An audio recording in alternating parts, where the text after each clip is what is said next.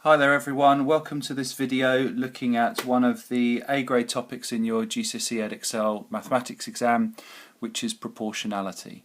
And before we make a start looking at some typical GCSE style questions, I thought it was worthwhile just spending a couple of minutes talking about the concept, what it means, and more importantly how we find the formula, because once you've understood the formula, actually this topic is really simple and really accessible even for an A-grade thing. Okay, so let's start with a simple idea here. Suppose I went to the shop and I bought 2 buns, and I told you that the cost I paid at the till was £1. Okay, so I've got some information there about the quantity of something I'm buying and the total cost it's going to charge me. If I then said 3 buns would cost me £1.50, you've probably already done the mental calculation in your head and you've probably identified that the cost of a bun would be 50p, because in this first example here, £1 divided by 2, because I think it's not too unfair to assume that these were equal priced products because they're both buns, equals 50p. And in the second example, £1.50 divided by 3 would equal again 50p. So the cost of a bun is 50p. Now, the first thing here before we move on to making this a bit more formal is the idea of proportion. Proportion is the amount of one thing compared to another. Okay, so I've got the amount of buns compared to the total cost of them. And these two variables, so the buns and the cost, are known as direct proportion. So this is the first of the 2 topics within proportionality. This is called direct proportion. And what that means to us is that the 2 variables happen in the same direction. So as the amount of one of them increases, so does the other. So they're directly proportional to each other. Now the key concept with proportionality is finding this thing here, and in our example it was the cost of a bun. And this is what's known as a constant, and that's a really key word for this topic. I'm going to write the word constant, and then before anyone thinks that I can't spell, I'm going to change it to be spelt with a K.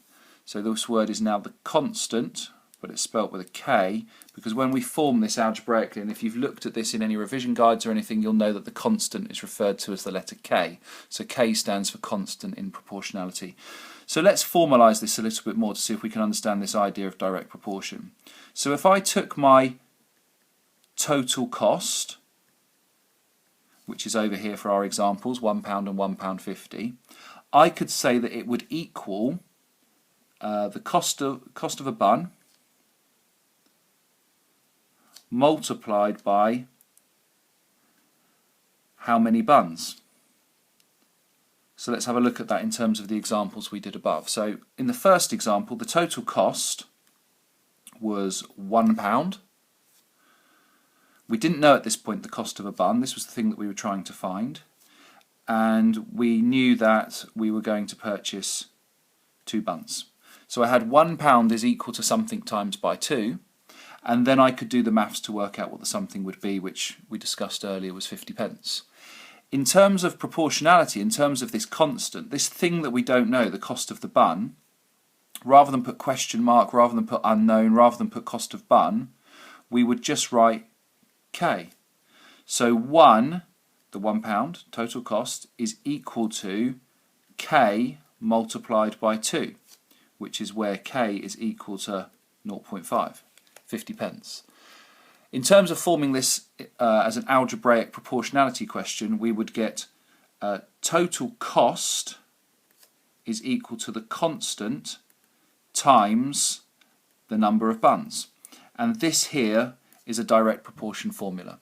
So all we're looking for in terms of a proportionality question is forming this rule where we've got, and this is the most important part to it, and as long as you remember this bit you're going to be fine, we're talking about a constant multiplied by something. That's really, really, really important, and that would be the one kind of key fact I'd ask you to remember with this. So let's write that down. Direct proportion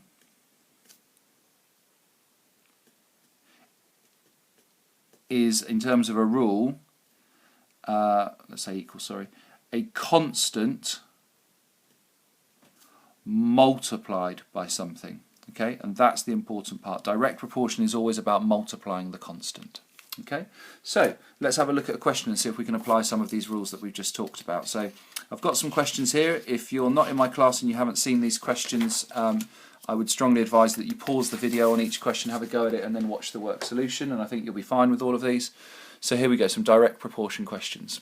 So question number 1 says A is directly proportional. So the first thing I'm going to do is I'm going to write A, because that's one of my variables. This might be, for example, the total cost of the buns. A is directly proportional. So when we're talking about direct proportion, we're talking about the constant times by the other variable. We're talking about multiplying in direct proportion. It's directly proportional to B. So there's my formula. A is directly proportional. This part here is direct proportion B. It then says to us when A is 4, so I'm going to replace the A with a 4. The constant I don't yet know, but I do know that B becomes 8. So when A is 4, B is worth 8. And now I've just got a simple equation that I need to solve. I need to work out the value of K to make this rule work. So if I want to find K and it's currently being multiplied by 8, normal solving equations, maths here would tell me that to find K I need to get rid of times by 8, so I'm going to divide by 8.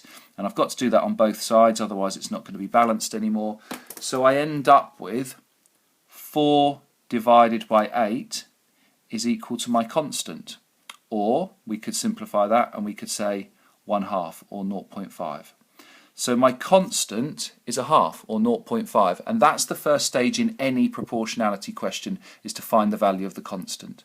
So what I can now do is I can rewrite this rule, but this time instead of having this K for constant, I can now replace it with its value. So we now say that A is equal to the constant of 1/2 multiplied by B. Then, and this is usually kind of like part B of a GCSE style question, it gives us some additional information, and it says to us kind of when B is worth 44, so we can substitute that in as 44. We know our constant is times by 1/2. Work out what A would be, and we've got a simple formula that we can use. So A is equal to 1/2 times 44, so in this example A is equal to 22. Let's just have a double check there. We talked about earlier in the video that direct proportion was about the two variables moving in the same direction. So the B value has moved from 8 to 44, and the A value has moved from 4 to 22. So both variables have gone up with each other, so they're moving in direct proportion.